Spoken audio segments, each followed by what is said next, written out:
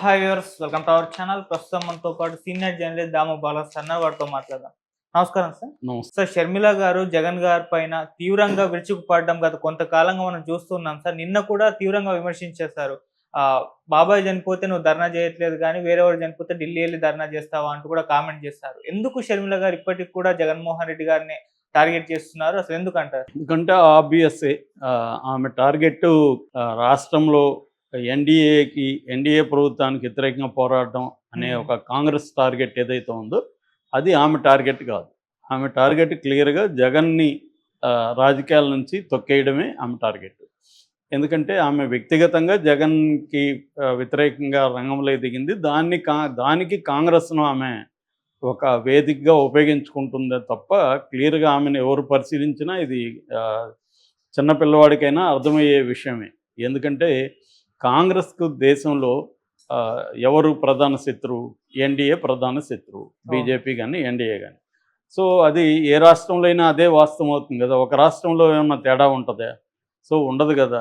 So అక్కడ కూడా అదే చేయాలి. నిజానికి జగన్ చిత్తుగా ఓడిపోయాడు. జగన్ని ఇప్పుడు ఒకవేళ కాంగ్రెస్ పార్టీ ఉంది కాబట్టి కేసీఆర్ మీద తీవ్రంగా రేవంత్ రెడ్డి పోరాటం చేస్తున్నారు. ఇది అర్థం చేసుకోవచ్చు. ఎందుకంటే కేసీఆర్ని తొక్కేస్తే మనం ఆ ప్లేస్లోకి రావాలని బీజేపీ కానీ కాంగ్రెస్ కానీ ఇక్కడ పోటీ పడుతున్నాయి. కాబట్టి ఇక్కడ కేసీఆర్ ప్రతిపక్షంలో ఉండే బీఆర్ఎస్ను టార్గెట్ చేయడం అనేది రీజనబుల్గా ఉంది. అక్కడ అసలు జగన్ దారుణంగా ఓడిపోయి 11 మంది ఎమ్మెల్యేలతో మిగిలిపోయిన జగన్ మీద ఆమె టార్గెట్ చేయడం వల్ల కాంగ్రెస్ పార్టీకి ఏంటి లాభం అంటే ఒకటి లాభం కనబడుతుంది. అదేంటంటే వైసీపీలో ఉండే వాళ్ళు ఎవరైనా వస్తారేమో కాంగ్రెస్లోకి కానీ దానివల్ల జగన్ని విమర్శించడం వల్ల ఈమె వైసీపీలో నుంచి వచ్చేస్తారా? వైసీపీలో నుంచి రావాలంటే వైసీపీ వాళ్ళకి అది బెటర్ ఆల్టర్నేటివ్ అనిపించాలంటే ఈమె రాష్ట్రంలో ఉండే ప్రభుత్వానికి వ్యతిరేకంగా పోరాటాలు చేయాలి. అప్పుడు కాంగ్రెస్ పార్టీ కొంచెం బెటర్గా ఉంటుంది, దీంట్లోకి వెళ్దామని అనిపించాలి. కానీ జగన్ని ఈమె టార్గెట్ చేయడం వల్ల ఈమెకి వచ్చే లాభం, ఈమెకంటే కాంగ్రెస్ పార్టీకి వచ్చే లాభం ఏంటనేది ఎవరికి అర్థం కావట్లేదు అక్కడ. కానీ ఈమె టార్గెట్ అంతా కూడా జగన్నే చేస్తుంది. నిన్న కూడా జగన్ విషయంలో ఢిల్లీకి వెళ్ళి ధర్నా చేయడం మీద తీవ్రంగా విరుచుకుపడింది. సొంత చెల్లెలకు అన్యాయం చేశాడని చెప్పింది. మళ్ళీ బాబాయ్ హత్యని బయటికి తీసింది. బాబాయ్ హత్య జరిగితే ఢిల్లీలో ఎందుకు ధర్నా చేయలేదు, ఇక్కడ ఎందుకు చేస్తున్నాడు, బాబాయ్ హంతకులతో తిరుగుతున్నాడు జగను. ఆ తర్వాత వినుకొండలో జరిగింది. నిజానికి తెలుగుదేశం వాళ్ళే గట్టిగా అది వ్యక్తిగత కక్ష అనట్ల, మొదట్లో అన్నారు, మళ్ళీ సైలెంట్ అయిపోయారు. ఈమె చాలా స్ట్రాంగ్గా సర్టిఫికేట్ ఇస్తుంది. వ్యక్తిగత హత్య అది రాజకీయ హత్య కాదు అని ఈమె మాట్లాడుతుంది. అంటే ఈమె చంద్రబాబు తరపున ఒకరితో పుచ్చుకొని మాట్లాడినట్టే నిన్న కనబడుతుంది.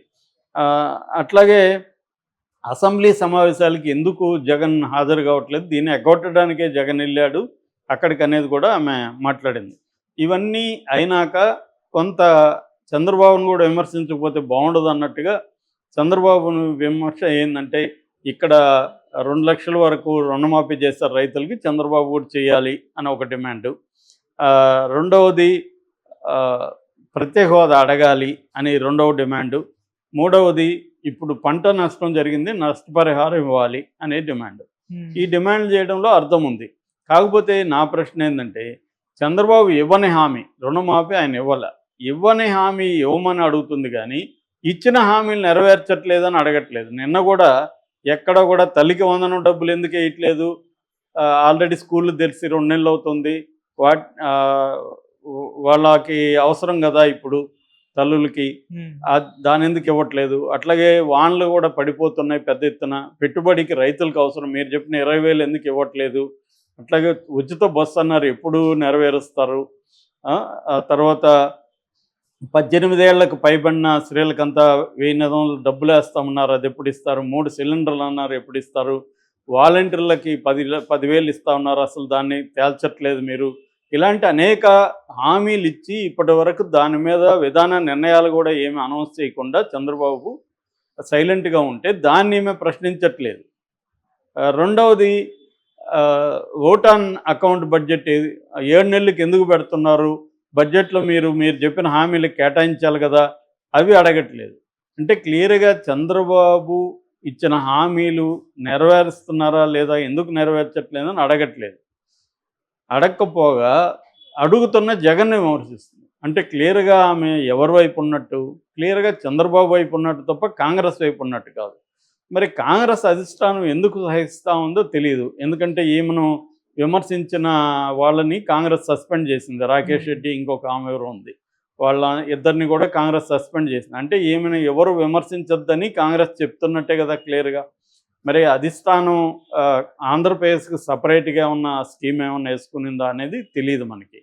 అంటే వాళ్ళకి దేశమంతా ఒక వ్యూహం ఉంటే ఆంధ్రప్రదేశ్‌లో ఏమన్నా వ్యూహం వేరే ఉందా? ఇదైతే ఎవరికి కూడా అర్థం కాలేదు. ఎందుకంటే కాంగ్రెస్ ఈ రకంగా ఏ రకంగా బలపడుతుంది. నిజానికి ఆమె బాబాయ్ హత్య అనేది అరిగిపోయిన రికార్డు. అది మళ్ళీ వేస్తుంది. ఆల్రెడీ ఇది ఫెయిల్ అయింది. ఆ రికార్డ్ వేసుంటే ఆమెకి కనీసం డిపాజిట్ రావాలి కదా, అది నమ్ముంటే ప్రజలు. అది నమ్మట్లేదు ప్రజలు. నమ్మట్లేదంటే అది వాళ్ళకి అనవసరమైంది. వాళ్ళ జీవితాలకు సంబంధం లేదు అది. ఆల్రెడీ అది ఎప్పుడో అయిపోయింది. దాన్ని వైసీపీ ఉపయోగించుకునింది 2019లో. తర్వాత తెలుగుదేశం ఉపయోగించుకోవడానికి ప్రయత్నించింది. తెలుగుదేశం కూడా దాన్ని పక్కన పెట్టేసింది ఒక రకంగా. ఎలక్షన్లో దాని మెయిన్ అంశం తెలుగుదేశం చేయలే. ఈమె పట్టుకునింది. ఈమె పట్టుకొని సాధించింది ఏంది సాధించలే. మళ్ళీ దానికి చెప్తుంది. సో ఢిల్లీలో ధర్నా చేయడం అనేది వ్యతిరేకించొద్దని కాదు, వ్యతిరేకించవచ్చు క్లియర్‌గా. కానీ ఆమె రోల్ ఏంటి? ఆమె ప్రతిపక్షమా కాదా? ఫస్ట్ ఆఫ్ ఆల్ ఆమె జగన్‌కి ప్రతిపక్షమా, లేకపోతే కూటమికి ప్రతిపక్షమా? అది ముందు తేల్చుకోవాలి. తేల్చుకున్నప్పుడు నీ టార్గెట్ మెయిన్‌గా చంద్రబాబు కూటమి మీద వాళ్ళ హామీలు నెరవేర్చాలని చెప్పి, తర్వాత రాష్ట్రంలో శాంతి భద్రతలు లేవు. ఈమె వైఎస్ఆర్ లెగసీ, నేనే వైఎస్ఆర్‌కి వారసురాలని అంటుంది. మరి వైఎస్ఆర్ విగ్రహాలను విపరీతంగా కొలగొట్టారు. ఎస్కే యూనివర్సిటీలో వైఎస్ఆర్ విగ్రహాన్ని తీయించేశారు. ఇలాగ అనేక చోట్ల చేశారు కదా. మరి దాన్ని ఎందుకు విమర్శించట్లేదు ఈమె? సో క్లియర్‌గా ఆమె వ్యక్తిగత అజెండాతో ఒక షర్మిలగానే ఉంది తప్ప కాంగ్రెస్ పార్టీ పీసీసీ అధ్యక్షురాలు షర్మిలగా ఆమె బిహేవ్ చేయట్లేదు. సో ఆమెకు జగన్కి మధ్య గొడవలు ఉన్నాయి. ఆస్తి గొడవలు కావచ్చు, రాజకీయ అధికారంలో పంపకం కావచ్చు, వీటి మధ్య గొడవలు ఉన్నాయి. ఈమెను ఎంటర్టైన్ చేయలేదు జగన్. దాంతో ఆమె కక్ష కట్టింది. అదేదో అంటారు కదా, పాతకాలంలో ఒక స్త్రీ కక్ష కడితే ఎలా ఉంటుందని, అలా నిన్ను నాశనం చేసే వరకు నేను నిద్రపోను అన్నట్టుగా ప్రతిజ్ఞ చేసింది. దాంతో ఆమె దిగింది అనేది క్లియర్‌గా మనకి అర్థమవుతుంది. అందుకని ఆమెకి చంద్రబాబు ఇంకొకరు అనేది ఇంపార్టెంట్ కాదు, జగనే ఇంపార్టెంట్. జగన్నే ఆమె చేస్తుంది. ఇది కాంగ్రెస్ అధిష్టానం మేలుకొని ఆమె మీద చర్య తీసుకోవడమో లేదా గట్టిగా చెప్పడమో చేస్తే మాత్రమే ఇది ఆగుతుంది తప్ప ఆమె టార్గెట్ అయితే జగనే క్లియర్‌గా. ఎందుకంటే ఆమె ప్రాక్టీస్‌ని గమనిస్తూ ఉంటే ముందు నుంచి కూడా వాళ్ళే చెప్తున్నట్టుగా వైసీపీ వాళ్ళు చంద్రబాబుని పూలతో కొడుతుంది, జగన్ని రాళ్లతో కొడుతుందని. రాళ్లతో కాదు, నిన్నైతే ముళ్ళ బాణాలే వేసింది జగన్ మీద. చంద్రబాబు మీద వాళ్ళు చెప్పినట్టు పూలే వేసింది. సో దానివల్ల ఇప్పుడు కాంగ్రెస్లో కూడా ఈమెకు వ్యతిరేకత పెరుగుతుంది ఖచ్చితంగా. కాంగ్రెస్ పార్టీ ఆల్రెడీ కోమాలో ఉంది. ఈ మీద చిటికెన వేలు కదుపుతుంది, కొంత ప్రాణం తెస్తుంది అనుకున్నారు. అది ఇప్పటికైతే ఏం జరగలేదు. పోనీ ఆమె చాలా లేటుగా ఎంటర్ అయింది కాబట్టి ఇప్పటికిప్పుడే రాదనుకున్నా, ఇప్పుడు కూడా ఆమె పోరాటం చేయకుండా, ప్రజల తరపున నిలబడి పోరాటం చేయకుండా, ప్రతిపక్షంగా ఉన్న జగన్ని, బలహీనంగా ఉన్న జగన్ని విమర్శించడం ద్వారా ఈమె క్లియర్‌గా వ్యక్తిగతంగా మాత్రమే ఆలోచిస్తుంది అనేది అందరూ, ఇప్పుడు మనం ఎవరిని కలిసినా షర్మిల అనగానే జగన్‌కి వ్యతిరేకంగా మాత్రమే ఆమె ఉంది అనే విషయం అర్థమైపోయింది. ఆమె దాచుకునే టైప్ కూడా కాదు, ఓపెన్‌గానే మాట్లాడుతూ ఉంది కాబట్టి అందరికీ అర్థమైపోయింది. దీనివల్ల కాంగ్రెస్కి అయితే ఏ రకమైన ఉపయోగం జరగదు.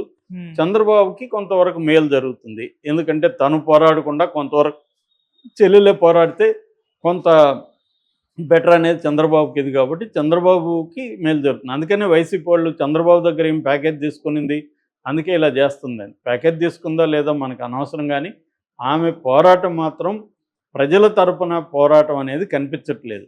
కనీసం ఇక్కడ ఉన్నప్పుడు ఆమె ప్రజల తరపున అనేక ఇష్యూల్ని టేకప్ చేసింది. ఇక్కడ కూడా ఆమెను ఎవరు పట్టించుకోలేదు. ఇప్పుడు అక్కడ ఏంటంటే, అక్కడ ఇప్పటి వరకు ఆమెకి ఏమాత్రం ఉన్న మైలేజ్ ఎందుకు వచ్చిందంటే తెలుగుదేశం మీడియా వల్ల. తెలుగుదేశం మీడియా ఆమెను ఫోకస్ చేస్తుంది.